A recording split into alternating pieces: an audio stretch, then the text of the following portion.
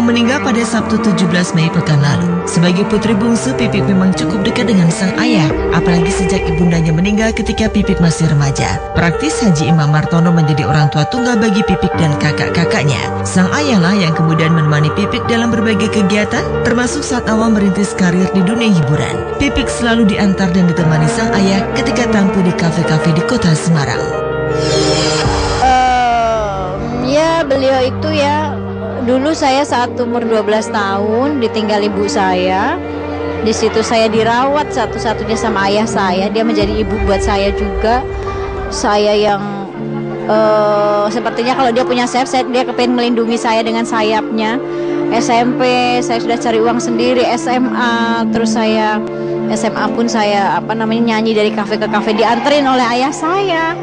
Naik motor ditemenin sampai pulang malam, saya bawa uang kasih ke ayah saya buat saya juga. Itu yang momen itu nggak pernah hilang dalam ingatan saya. Yang aduh, beliau luar biasa deh. Kalau saya boleh minta, ya Allah, kemarin sebelum saya pulang, ya Allah, boleh gak sih minta panjangin dulu gitu ya, biar saya bisa bermanja-manja. Tapi ternyata Allah mempunyai cara lain yang sangat sayang sekali dengan ayah saya, dibikin sakitnya nggak berlama-lama gitu kan. Karena saat beliau merasakan sakit, beliau nangis, badanku sakit semua gitu. Itu yang saya nggak tega, sampai saya bilang, ya Allah, kalau bisa pindahin aja sakitnya ini ke saya gitu. Iya, beliau terakhir kemarin di Hong Kong, saya ajak beliau dan beliau jadi bodyguard saya yang ngawal saya di depan, dan beliau nggak mau diistimewakan saat panitia.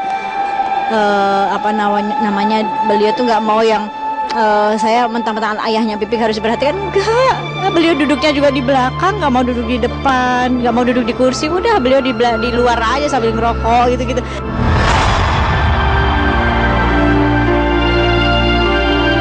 Haji Imam Martono yang meninggal karena penyakit kanker yang telah lama diidapnya mengembuskan nafas terakhir di pelukan Pipik, putri bungsunya.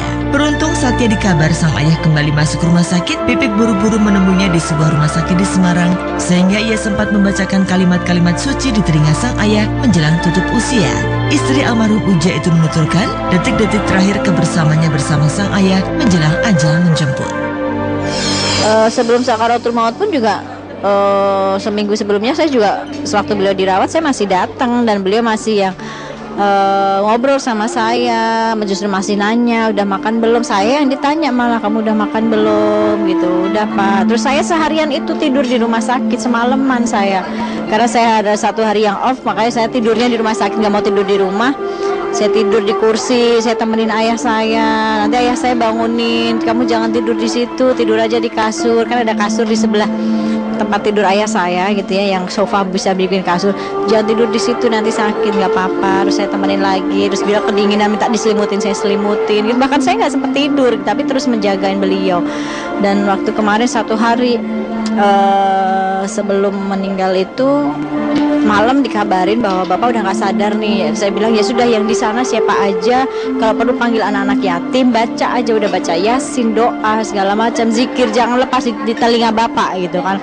Terus talkinkan terus la ilaha illallah, terus takbiran, saya bilang gitu. Terus insya Allah nggak mungkin malam ini saya pulang, karena udah malam sekali, nggak ada tiket pesawat kan. Akhirnya besok pagi saya langsung, harusnya pagi saya datang dulu ke kawinan sesar. Terus saya ada acara Aila ulang tahun, saya harus ke yayasan gitu ya.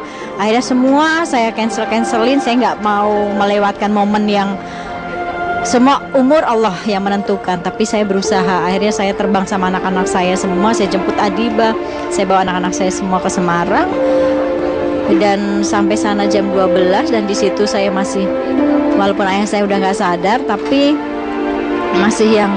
saya masih bisikin, Pak, ini saya gitu ya, maafin saya yang masih minta maaf, masih saya cium pipinya, saya cium keningnya. Dan bapak saya walaupun matanya tertutup nggak sadar, tapi telinganya mendengar. Beliau keluar air mata, menangis, saya lap air mata itu, saya ayo Pak, semangat Pak, semangat, sembuh ya Pak ya, ayo Pak, semangat, saya semangatin terus gitu ya.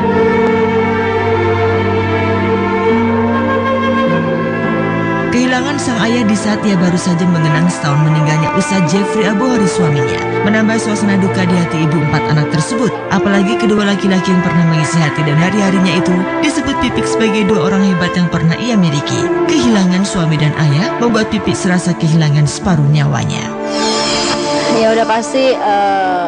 sudah pasti inilah apa namanya, sangat-sangat kehilangan sekali, karena dalam setahun ini saya benar-benar kehilangan seorang suami, seorang ayah gitu ya, yang dua-duanya menjadi panutan buat saya. Saat suami saya meninggal, ayah saya datang, ingat banget itu di Istiqlal, beliau peluk saya, lalu beliau cuma bilang sabar, itu aja yang beliau bilang. Dan saat ini, saat ayah saya meninggal, aduh itu yang sepertinya separuh nyawa ini kayaknya hilang gitu. Saat suami meninggal, saya masih ada orang tua laki-laki yang masih menguatkan saya, walaupun Allah yang maha memberi kekuatan. Lalu ada orang tua juga saya, ada papih di Bandung, guru saya juga. Tapi saat orang tua saya yang ini pergi, itu benar-benar yang saya kemarin sempat yang ngedrop sekali, yang kayaknya lelah gitu, yang aduh, maksudnya saya, bukan hanya saya, kakak-kakak saya pun mungkin juga belum siap untuk ditinggalkan gitu, karena beliau sosok yang luar biasa sekali. Wasiat nggak ada, firasat nggak ada, nggak dimimpin apapun saya, nggak ada dimimpin apapun. Tapi kalau almarhum itu ya, kalau menurut cerita dari kakak-kakak saya, beliau justru sering didatangin ibunya beliau, kan paling sayang banget sama almarhum, sama bapak saya itu. Bapak saya juga sayang banget sama ibunya.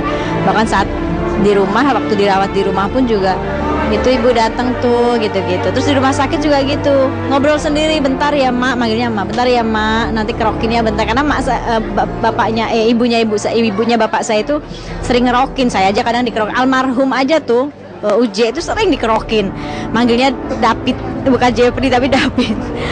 David, gitu, sini mak kerokin gitu, dikerokin gitu. Dan bapak saya sering ngigonya itu mak datang tuh gitu.